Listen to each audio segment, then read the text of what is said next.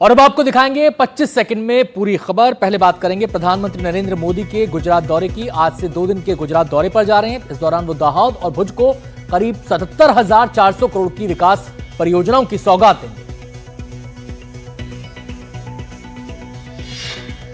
प्रधानमंत्री मोदी आज सुबह 11:15 बजे दाहोद पहुंचकर रेलवे के लोकोमोटिव मैन्युफैक्चरिंग प्लांट का उद्घाटन करेंगे और वीडियो कॉन्फ्रेंसिंग के जरिए 2 रेलगाड़ियों को हरी झंडी भी दिखाएंगे। इसके बाद 24,000 करोड़ रुपए से अधिक की विकास परियोजनाओं का शिलान्यास और उद्घाटन करेंगे। फिर दोपहर करीब 4 बजे भुज पहुंचकर 53,400 करोड़ रुपए से अधिक की विकास परियोजनाओं का शिलान्यास और उद्घाटन करेंगे। ऑपरेशन सिंदूर के बाद पहली बार गुजरात जा रहे हैं प्रधानमंत्री। भुज में एक जनसभा को भी प्रधानमंत्री संबोधित करेंगे और फिर गांधीनगर चले जाएंगे। 27 मई को सुबह 11 बजे प्रधानमंत्री गांधीनगर में शहरी विकास पर्व 2005 की 20वीं वर्षगांठ के उत्सव में शामिल होंगे। प्रधानमंत्री मोदी ने बतौर मुख्यमंत्री खुद इसकी शुरुआत की थी। शहरी विकास वर्ष 2025 और राज्य स्वच्छ वायु कार्यक्रम की शुरुआत के साथ ही कई परियोजनाओं का शिलान्यास और उद्घाटन करेंगे। इस दौरान वो प्रधानमंत्री आवास योजना के तहत 22,000 से अधिक घर समर्पित करेंगे। एनडीए के मुख्यमंत्रियों और उप मुख्यमंत्रियों की बैठक में प्रधानमंत्री ने बीजेपी नेताओं को सख्त संदेश दिया है।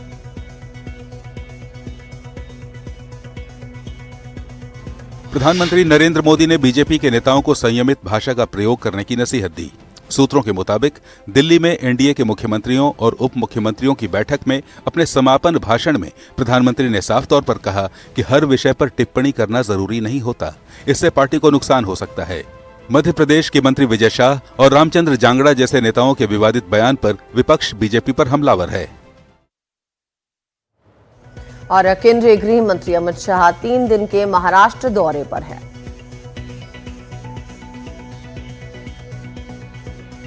निकाय चुनाव से पहले कार्यकर्ताओं में जोश भरने के लिए केंद्रीय गृह मंत्री अमित शाह नागपुर पहुंच गए। शाह आज नागपुर में विकास परियोजनाओं का उद्घाटन भी करेंगे और आधारशिला भी रखेंगे। इसके बाद वो नांदेड़ में कई कार्यक्रमों में हिस्सा लेने के बाद जनसभा को संबोधित करेंगे। फिर देर रात मुंबई लौट आएंगे। मुंबई में अमित शाह लक्ष्मी नारायण मंदिर की 150वीं वर्षगांठ समेत कई कार्यक्रमों में हिस्सा लेंगे और फिर दिल्ली लौट आएंगे। उत्तर प्रदेश के अमेठी में आज राजनीति गर्म है। पूर्व केंद्रीय मंत्री स्मृति ईरानी एक दिन के लिए अमेठी आ रही हैं।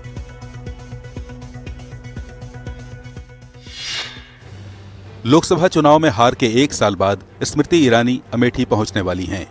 यहां वो गौरीगंज के रणंजय इंटर कॉलेज मैदान में अहिल्याबाई होलकर की जन्म त्रिशताब्दी पर हो रही संगोष्ठी में शामिल होंगी और यहीं से जनसभा को भी संबोधित करेंगी। इसे कार्यकर्ताओं को एकजुट करने की कोशिश के तौर पर भी देखा जा रहा है। लोकसभा चुनाव में स्मृति ईरानी को कांग्रेस के किशोरीलाल शर्मा ने मात दी थी। बड़े बेटे तेज प्रताप को पार्टी और परिवार से निकालकर विरोधियों के निशाने पे आए हैं लालू यादव और उनकी बेटी का उन्हें अब समर्थन मिल रहा है।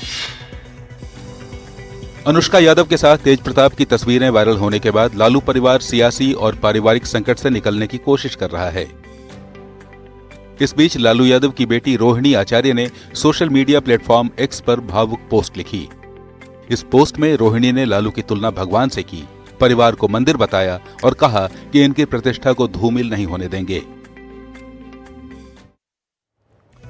Chief of defence staff general Anil Chauhan ने सेना की उत्तरी और पश्चिमी कमान का दौरा किया। ऑपरेशन सिंदूर के बाद की स्थिति का पता लगाने के लिए सीडीएस जनरल अनिल चौहान ने जम्मू कश्मीर के उधमपुर में भारतीय सेना की उत्तरी कमान और हरियाणा के चंडी मंदिर सैन्य स्टेशन पर दक्षिणी कमान का दौरा किया। ऑपरेशन सिंदूर के दौरान ये दोनों ही कमान पाकिस्तान के इरादे नेस्त नाबूद करती रही थी। सीडीएस ने सेना के कमांडरों और सीनियर ऑफिसरों से मुलाकात की। उधमपुर में सीडीएस को आतंकवादियों पर प्रहार और नागरिकों की सुरक्षा के लिए उठाए गए कदमों की जानकारी दी गई। कांग्रेस सांसद शशि थरूर ने पाकिस्तान को बड़ी चेतावनी दी है। सुनिए पूरी बात। शशि थरूर ने न्यूयॉर्क में इंडियन कॉन्सुलेट में थिंक टैंक और मीडिया से बातचीत में कहा कि अब पाकिस्तान ये मानकर नहीं बैठ सकता कि आतंकी सीमा पार कर भारतीय नागरिकों की हत्या करेंगे और उन्हें दंड नहीं मिलेगा। अब उन्हें इसकी कीमत चुकानी पड़ेगी और यह कीमत बढ़ रही है। भारत ने पाकिस्तान का आतंकी एजेंडा बेनकाब करने के लिए दुनिया के अलग अलग देशों में प्रतिनिधिमंडल भेजा है। शशि थरूर उनमें से एक के नेता हैं। पाकिस्तान के लिए जासूसी के आरोप में पकड़ी गई हरियाणा की यूट्यूबर ज्योति मल्होत्रा को आज कोर्ट में पेश किया जाएगा। आज ज्योति मल्होत्रा का रिमांड खत्म हो रहा है। हिसार पुलिस उसे तीसरी बार कोर्ट में पेश करेगी। इससे पहले हिसार पुलिस की इकोनॉमिक सेल ने ज्योति से 2 दिन पूछताछ की। हालांकि पुलिस के हाथ कुछ ज्यादा नहीं लगा। ज्योति अब तक 9 दिन पुलिस रिमांड में गुजार चुकी है। इस दौरान उसने कई राज उगले हैं, लेकिन बताया जा रहा है कि पुलिस उससे और भी कई सवालों के जवाब उगलवाना चाहती है। मुंबई खरों को मानसून की मार से बचाने के लिए बीएमसी कड़े इंतजाम कर रही है। शहर की सिविक बॉडी इसमें आर्टिफिशियल इंटेलिजेंस यानी एआई की भी मदद ले रही है। मानसूनी बारिश में मुंबई के लोगों को परेशानी न हो, इसके लिए नालों की सफाई जरूरी है। लिहाजा बीएमसी हेडक्वार्टर में वॉर रूम बनाया गया है। इस वॉर रूम में लाइव सीसीटीवी फीड्स की निगरानी की जाएगी। ठेकेदारों को सफाई के दौरान जियो टैगिंग के साथ हर नाले की तस्वीर और 30 सेकंड का वीडियो लेकर बीएमसी में जमा कराना होगा। बीएमसी ने 9.34 लाख मीट्रिक टन गाद हटाने के लिए 540 करोड़ रुपए का बजट आवंटित किया है। पहाड़ों पर हो रही भारी बारिश के चलते गोला नदी में उफान आया तो कई गाड़ियां पानी में फंस गई। तस्वीरें हल्द्वानी की हैं। गोला नदी में अचानक पानी की धार तेज हुई तो कई गाड़ियां पानी में फंस गईं। इससे हड़कंप मच गया। पानी बढ़ता देख कई लोगों ने अपनी गाड़ी किनारे की ओर खींचने का प्रयास किया, लेकिन ज्यादातर नाकाम रहे और उनकी गाड़ियां इंदिरा नगर गेट क्षेत्र में फंस गईं। बताया गया कि सुबह काठगोदाम बैराज से करीब 1600 क्यूसेक पानी छोड़ा गया था। गोला नदी में उसी के चलते उफान आया है। पहाड़ों पे हो रही मूसलाधार बारिश के चलते बद्रीनाथ हाईवे पे लैंडस्लाइड जोन एक्टिव हो गए हैं।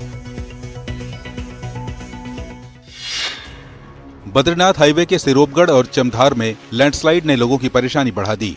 सिरोपगढ़ में चट्टान खिसकी तो बद्रीनाथ हाईवे पर मलबा आ गया। इसके चलते देवीधारा मंदिर से खाखरा तक ट्रैफिक जाम हो गया। बाद में जेसीबी की मदद से मलबा हटाया गया। तब जाकर करीब 2.5 घंटे बाद सुबह 7:30 बजे गाड़ियों की आवाजाही शुरू हो सकी। हाईवे पर लंबे जाम को देखते हुए जवाड़ी बाईपास पर भी बड़ी गाड़ियां रोक दी गईं। लाइबेरिया का मालवाहक जहाज केरल तट के पास डूब गया। लाइबेरिया का जहाज केरल तट के पास भले डूब गया, लेकिन इसमें सवार सभी 24 क्रू मेंबर्स को बचा लिया गया। इस जहाज पर लदे 640 कंटेनर में से 13 में खतरनाक सामग्री थी, जिनके डूबने से रिसाव का खतरा पैदा हो गया है। हालांकि रक्षा मंत्रालय ने यह भी कहा है कि अभी तक तेल रिसाव की खबर नहीं मिली है। फिर भी कोस्ट गार्ड ने प्रदूषण से निपटने के लिए पूरी तैयारी कर ली है। विमान से हालात पर नजर रखी जा रही है। बेंगलुरु पुलिस ने एक फार्म हाउस में रेव पार्टी पे छापा मार के 31 लोगों को गिरफ्तार कर लिया। बेंगलुरु के उत्तर पूर्वी बाहरी इलाके देवनहल्ली के पास चल रही रेव पार्टी का प्रचार बर्थडे पार्टी के तौर पर किया गया था। इसका निमंत्रण पत्र सोशल मीडिया पर साझा किया गया। मुखबिरों से इसकी खबर मिली तो पुलिस ने छापा मारकर नशीले पदार्थों के सेवन के आरोप में 7 महिलाओं समेत 31 लोगों को हिरासत में ले लिया। इनमें एक चीनी नागरिक भी शामिल है। पुलिस ने यहां से लिए गए नमूने जांच के लिए फॉरेंसिक साइंस लेबोरेटरी भेज दिए हैं। गोंडा के बीजेपी जिला अध्यक्ष अमर किशोर कश्यप का अश्लील वीडियो सामने आने के बाद पार्टी ने उन्हें कारण बताओ नोटिस जारी कर दिया है। वायरल सीसीटीवी वीडियो गोंडा के बीजेपी दफ्तर का है। इसमें पार्टी के जिला अध्यक्ष अमर किशोर कश्यप एक महिला के साथ आपत्तिजनक स्थिति में दिखे तो पार्टी ने उन्हें कारण बताओ नोटिस जारी कर दिया। अब नेताजी वीडियो की पुष्टि कर रहे हैं। कह रहे हैं कि महिला कार्यकर्ता की तबीयत खराब थी, इसलिए वो उसे आराम कराने के लिए पार्टी दफ्तर ले गए थे। लेकिन सफाई देते हुए ये भी कह रहे हैं कि उन्होंने सिर्फ महिला कार्यकर्ता को सहारा दिया था। महाराष्ट्र में कोरोना के मामले तेजी से पांव पसार रहे हैं। बीते 24 घंटे में महाराष्ट्र में कोरोना के 43 नए मामले सामने आए हैं। इनमें से सबसे ज्यादा मामले मुंबई के हैं, जहां 35 लोगों की कोरोना रिपोर्ट पॉजिटिव आई। इसके बाद पुणे है, जहां कोरोना के 8 नए केस दर्ज किए गए। जनवरी से अब तक महाराष्ट्र में कोरोना के 300 मामले सामने आ चुके हैं, जिनमें से 248 यानी 82% से ज्यादा मामले सिर्फ मुंबई के हैं। महाराष्ट्र में अब तक कोरोना से 4 लोगों की मौत हो चुकी है। लखनऊ में एक युवक को बीच सड़क पे दौड़ाकर गोली मार दी गई। लखनऊ में गाजीपुर के सर्वोदय नगर कॉलोनी के बंधा रोड पर एक युवक को दिन दहाड़े गोली मार दी गई। जिस युवक को गोली मारी गई उसका नाम मुरसलीन है। पुलिस का कहना है कि खाने की टेबल पर किसी बात को लेकर विवाद हुआ। कहासुनी से होती हुई बात इतनी बढ़ गई कि मुरसलीन पर उसके ही रिश्तेदारों ने जानलेवा हमला करवा दिया। घायल युवक का लोहिया अस्पताल में इलाज चल रहा है।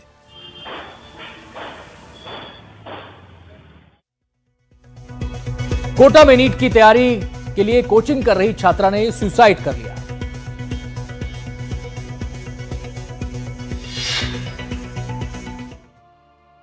नीट की तैयारी के लिए 1 महीने पहले जम्मू कश्मीर से कोटा आई जीशान महावीर नगर थाना इलाके में रहती थी।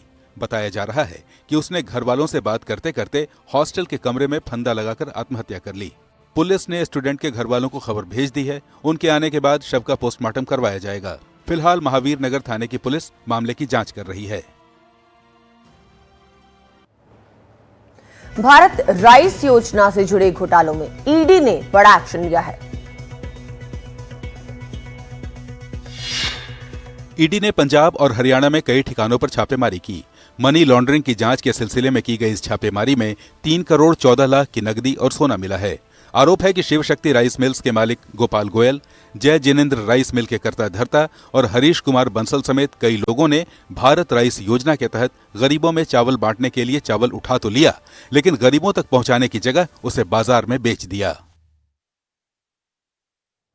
मध्य प्रदेश के मंदसौर में सड़क पर एक महिला के साथ आपत्तिजनक हालत में दिखे आरोपी को पुलिस ने गिरफ्तार कर लिया।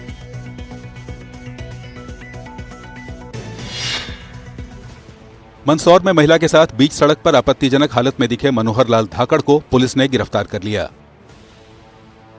मनोहर लाल धाकड़ उज्जैन के धाकड़ महासभा का राष्ट्रीय सचिव है।